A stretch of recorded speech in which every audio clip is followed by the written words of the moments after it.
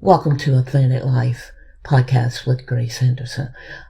As we enter into this Thanksgiving week, many of us are gearing up for this glorious feast with a company of family and friends. It is a time when we not only express gratitude, but also engage in thanksgiving, sharing uplifting stories of God's faithfulness and goodness. I want to extend my heartfelt appreciation to all of the subscribers and listeners who have constantly entrusted me week after week to pour in inspiring messages designed to empower you, equip you, and give you encouragement. Let's go deeper and go wider and higher in fulfilling the plan of God. You see, your support allows me to deliver messages that inspire and strengthen your faith and transform lives from the inside out. My gratitude extends to the God of Abraham, Isaac, and Jacob for providing a remarkable platform to share the gospel of Christ, both near and far. You see, while this may not be a traditional Thanksgiving message, but it reminds us that we should continue echoing our thanksgiving towards God, acknowledging his blessings, whether they're big or small. And so in this week episode, we're going to focus on empowering your life and embracing God's model. You see, we all examine the idea of living with the dominion by adopting the servant's leadership model exemplified Christ. You see, we're going to dive into this significance of this essential lifestyle, particularly if we aspire to perfect as a modern day Christ disciple. Let me ask you a question. How do your model of Christ look to others? Most of us would say, yeah, mine look real good. But really, how do it look? Have you inquired of God, how am I demonstrating, displaying the model of Christ? You see, life is a journey filled with twists and turns and challenges and victories. It is a journey that we navigate with different roles and responsibilities and relationships. And in the midst of all of it, there is a ageless model of empowering and purpose, and it's in Christ. You see, in the world that it often glorifies self-promotion and self-gain, and the idea of servanthood might seem unimaginable. But however, Christ's life exemplified the notion of the true power comes from humility and service. He didn't position, let me say it like that. He didn't seek positions of authority or wealth. Instead, he focused on serving this regardless of those who were downtrodden or whether that they had anything to offer. He served them with love. He didn't serve them with the mindset, what am I gaining from this? You see, Jesus' model of servanthood isn't about weakness or passive. Instead, it's about us using. Let me back it up. It was about him using his power to influence on uplifting others. You see, he healed the sick. He fed the hungry. He comforted the grieved. He challenged the injustice. And he became the voice for the voiceless. You see, one of the greatest illustration of servanthood is found in the life and the ministry of our Messiah. You see, being an effective servant of Christ, it will require us to demonstrate his character, and it doesn't mean that we should abandon our ambition, inspiration. See, Christ wasn't suggesting that we should aim for weakness or settle for less than our full potential. But rather, he shows us that the true fulfillment and success come from serving others and not focusing on me, but serving others. On this Thanksgiving week, what are you going to do? Are you going to serve others? Or are you going to come to be served? Come to be served. In that place that you're just desperate and hungry to fulfill what you desire to get and not being a model of Christ, that you serve others. That you're so desperate and you're so hungry to please God.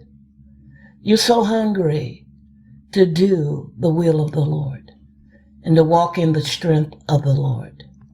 Or are you maybe like Judas to see what you can get? See what you can get. You know, 1 Peter, the 4th chapter, verse 10, it tells us very clearly. Just as each one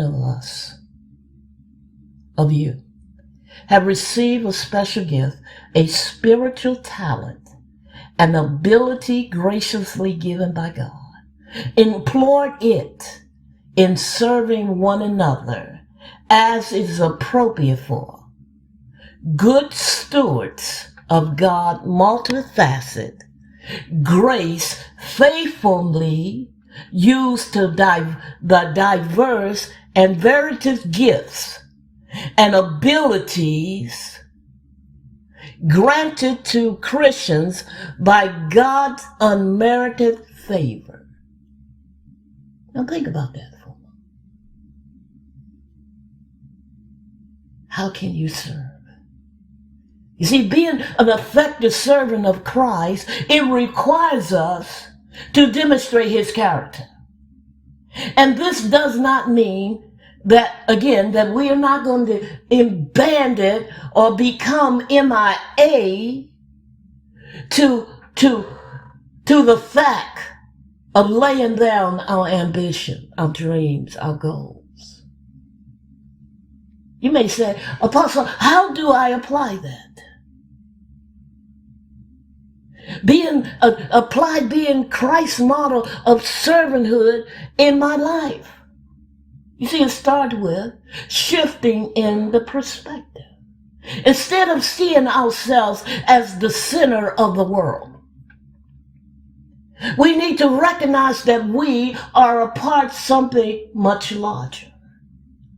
We have a responsibility to care for others and to use our gifts to make a positive impact. So it also means that we have to act upon.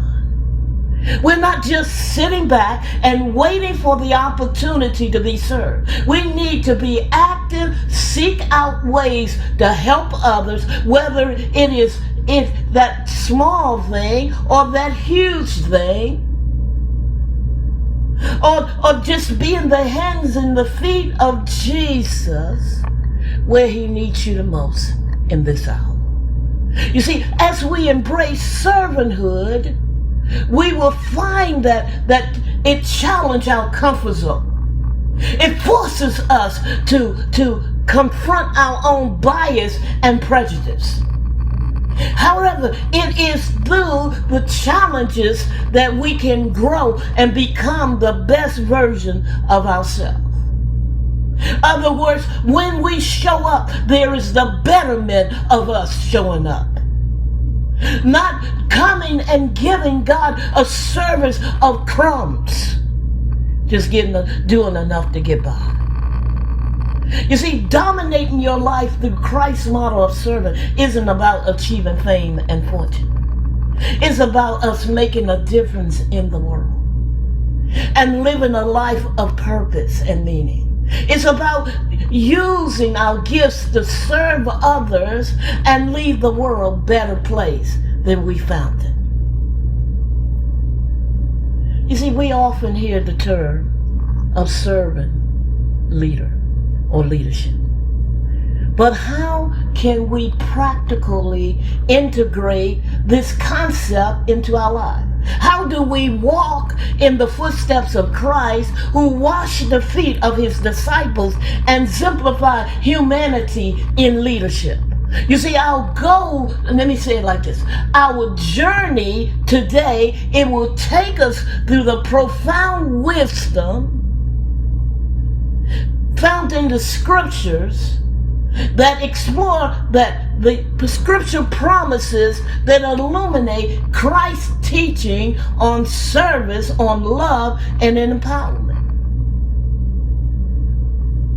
And so we can implement this in our lives. We can walk out in this and leave fragments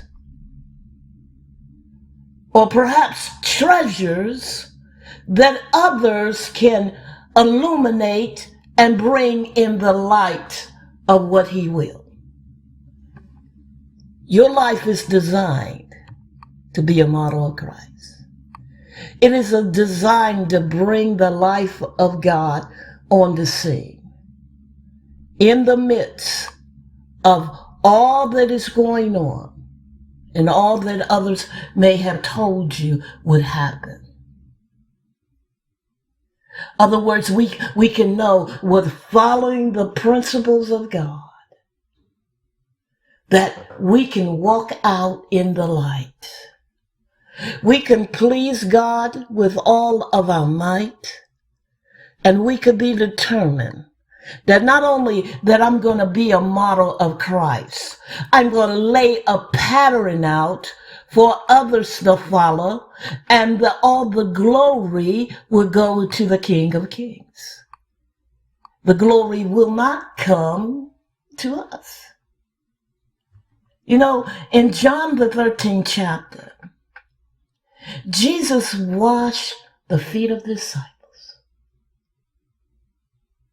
Now think about this. In this story, Jesus is aware of his impending, in other words, that there is a betrayal coming, and there is a crucifixion coming. And he takes on the role of a servant. In spite of being consecrated teacher and leader, the Son of God, he humbly performed a task. Is reserved for the lowest servant, the washing of the feet. You see, there is a significance of this prophetic event. Number one, humility and service. Jesus, the Son of God, he scoops down to perform an act of humility and service. This action challenged society normally, but it underscored the principle of being a servant leadership. The second thing it tells us, it's setting of an example.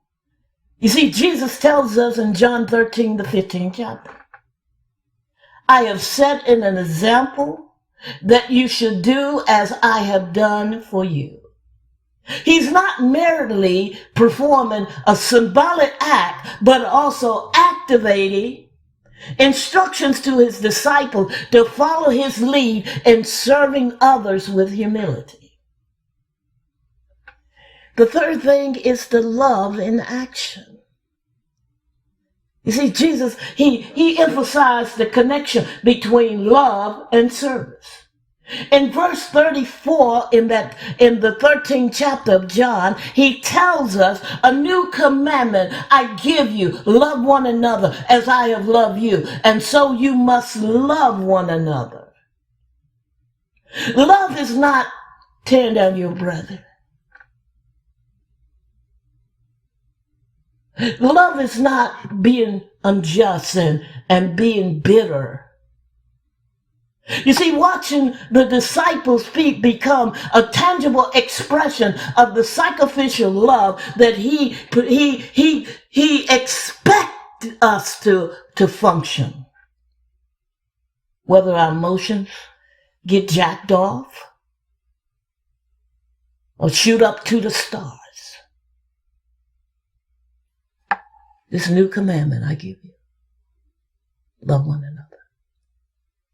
As I have loved you, so you love one another. You see, this is an essence of Christ's model. Selfless service, humility, and a call to love one another. It challenges us to examine our attitude towards leadership and towards the brethren, towards our service. It also encourages us to emulate Christ's example in our relationships and interaction with others. You see, because the love of God is not based on how I feel. It's not based on what somebody's done to me or whether they deserve it. It's unselfishly giving this love to others. You see, as we navigate the difficulties in our personal and our professional sphere, it's easy to lose sight of the profound impact that we have by embracing the Christ model. You see, this episode is a reminder of the authentic empowerment stems from a place of authenticness and kindness and gentleness and genuine desire to make a positive difference. In other words, impacting the lives that we connect with. Impacting the lives of those you may not know. Those that you may not even like. But you pour love on them as Christ has poured love on you.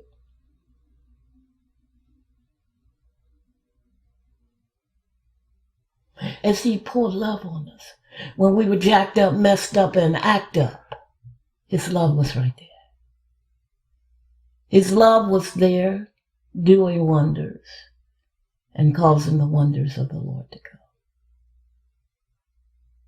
So whether you are facing challenges, seeking personal growth, or simply looking for encouragement, you're in the right place. I come to tell you today, maybe the pressures of the holiday and all of the cooking and all of the going out to the grocery store or whatever it may be, or maybe it's some people in your family or friends, they just rub you the wrong way, but they are going to be at that table celebrating a feast of thanksgiving towards God and among one another. Be determined today, you're going to shame the devil and you're going to pour love over them.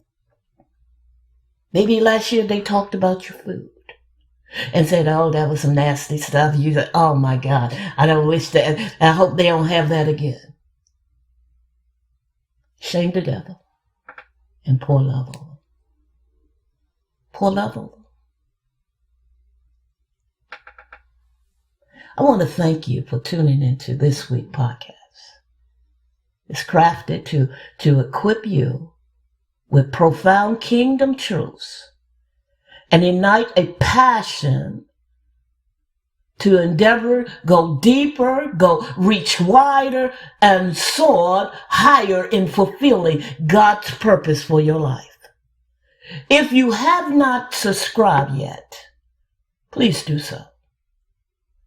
And don't hesitate to share this podcast with your friends and family. Feel free to drop a comment or share a prayer request. We love to pray with you. We believe in miracles. And I want you to know your engagement is valuable. So don't forget to hit that subscribe button so you can get notifications when these podcasts come out.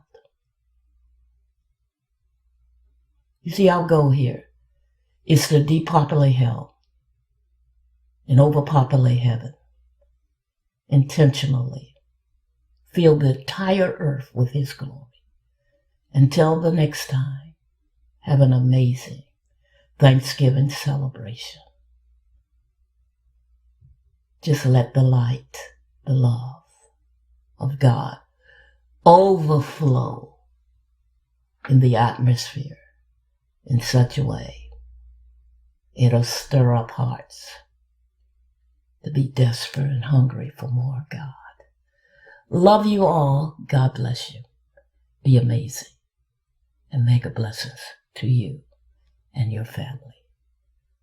Let's get ready to celebrate this Thanksgiving week in such a way, leaving marks that can't be erased because of the goodness of God and because we provoke the glory of God. Shalom, shalom.